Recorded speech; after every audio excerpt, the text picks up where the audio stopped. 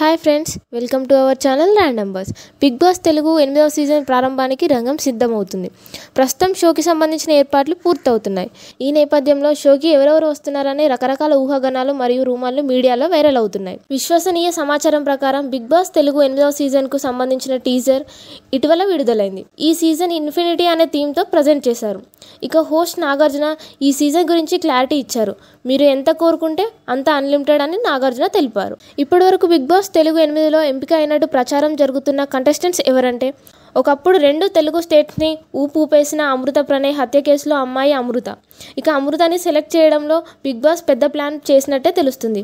అమృతని హౌస్లో తీసుకుంటే ఆమె సెంటిమెంట్ స్టోరీతో టీఆర్పీ పెరుగుతుందని, అలా ఆడియన్స్ని కనెక్ట్ చేసుకోవచ్చని, ఆమెకి నెగిటివ్ ఆడియన్స్ కూడా అంతే ఉండడంతో ఏమైనా హౌస్లో నెగిటివ్గా బిహేవ్ చేసినా కూడా ఆడియన్స్ కనెక్ట్ అయ్యే ఛాన్స్ ఉండడంతో 2 విధాలుగా ఆడియన్స్ని కనెక్ట్ చేయొచ్చని బిగ్ బాస్ టీం ఈమెని సెలెక్ట్ చేసిందని సమాచారం. ప్రస్తుతం అమృత ప్రణయ్ సోషల్ మీడియాలో కూడా యాక్టివ్గా ఉంటూ చాలా పాపులర్ అయింది. అమృత బిగ్ బాస్ కంటెంట్గా సెలెక్ట్ అవ్వడంపై మీ అభిప్రాయాన్ని కామెంట్ రూపంలో తెలియజేయండి. ఇలాంటి మరిన్ని అప్డేట్ కోసం మా ఛానల్ని సబ్స్క్రైబ్ చేయండి. Thank you for watching.